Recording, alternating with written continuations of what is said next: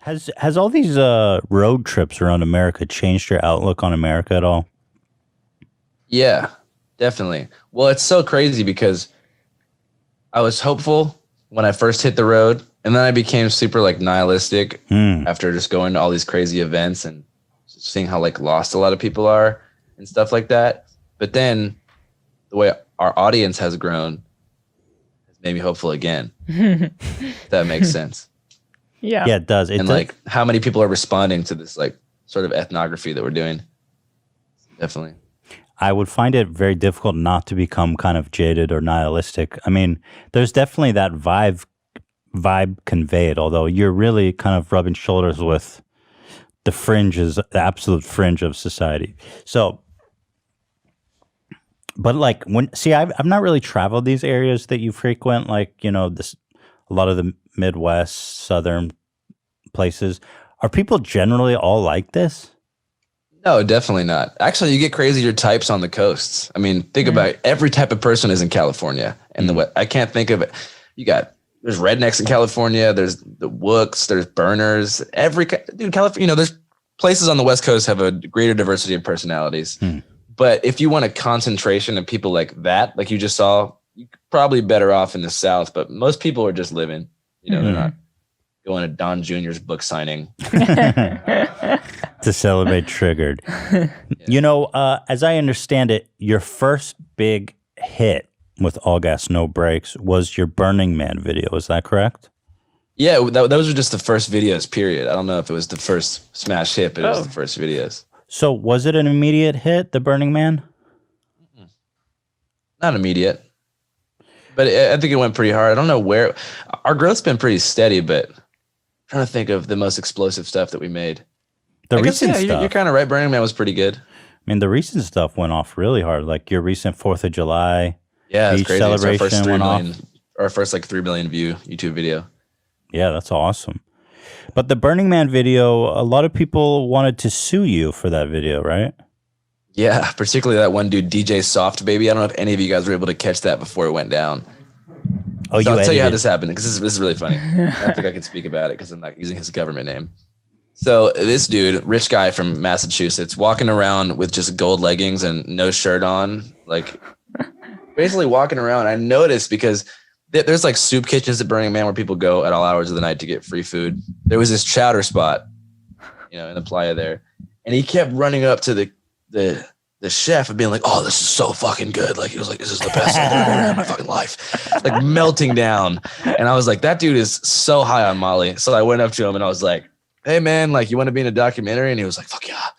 And then he came over. He was like, going all crazy. And then we just did this interview about like Molly as like a therapeutic thing. It was really funny. He was just like, "Don't be doing some fucking moon rocks you find on the ground." And he was just like being really funny. Started dancing with his shirt off for like 20 minutes. Just this awesome dancing. He signed a release form, I believe, something like that. It was all good. So we leave Burning Man, we post a video, and like within, I think, 2 hours, like not only is the post down, but like the page is down and the IP address has been like flagged. So like it was terrifying. Like, we thought the whole thing was over. Wow. That was one of our first videos. Moral of the story is Burning Man's a hard place to film because a lot of those people were like high paid Silicon Valley, tech types. They go to Burning Man to be crazy, but they're not as crazy as they seem there. Yeah. Yeah, that was a legal nightmare, actually. Wow. I probably would not go back to Burning Man again to film. That's crazy. So, wait, you've posted the video. Where did you post it where it was removed? Instagram. Yeah. And with 2 hours, it was shut down. Huh.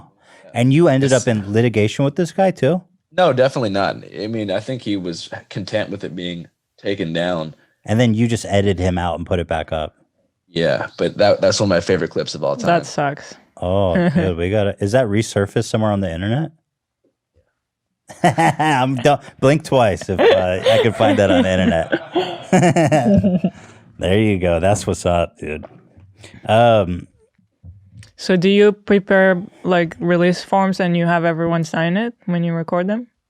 Yeah, we do most of the time. I mean, we learned our lesson a few times. One time in Alabama, I had these girls that were like college girls like came on camera and they were just like, I would let Trump like shit on my face, like all this crazy Trump stuff. It's just like, I love Trump.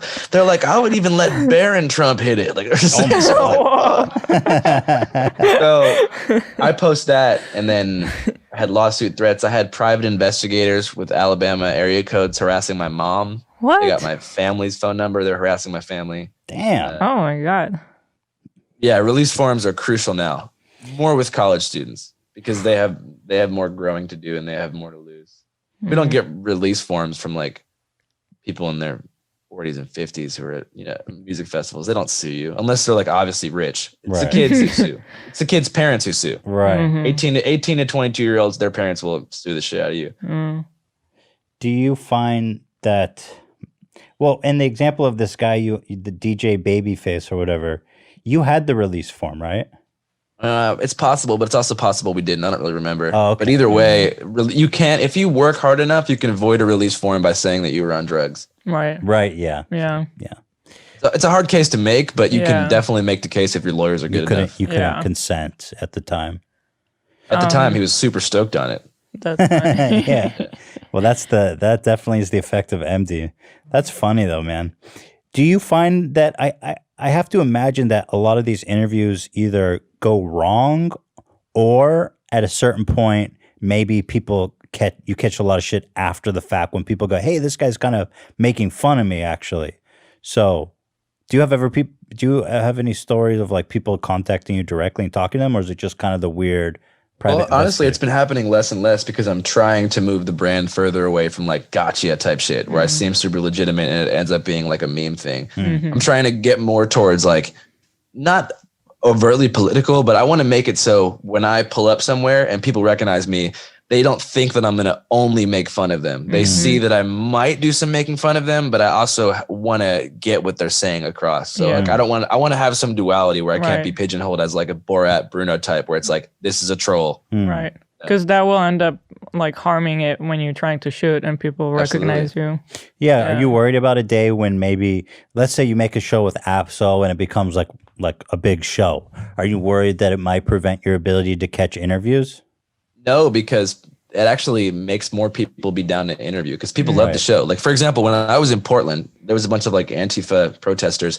They never do interviews with anyone. But because they were fans of my Minneapolis content, I got like 5 or 6 interviews with people in full black bloc gear, like telling me their demands. So I got a lot of shit that otherwise wouldn't have been possible without the fan base. Yeah, that's kind of a really great thread through your story, because I feel like with a lot of people, like you name like Borat, Sacha Baron Cohen's character, because he specifically lampoons people. If they know him, there's like, I'm not going to participate. But in your case, I think you're right that people will be encouraged if they know who you are. Yeah, I mean, everyone in the Marquette, Michigan 4th of July video knew who we were. Every person on video was a big fan of the show. I saw a lot of people referencing your name and your show and stuff. Yeah, I mean, dude, fame's working to our advantage, and if it doesn't, I'll just get a buzz cut or something. Right.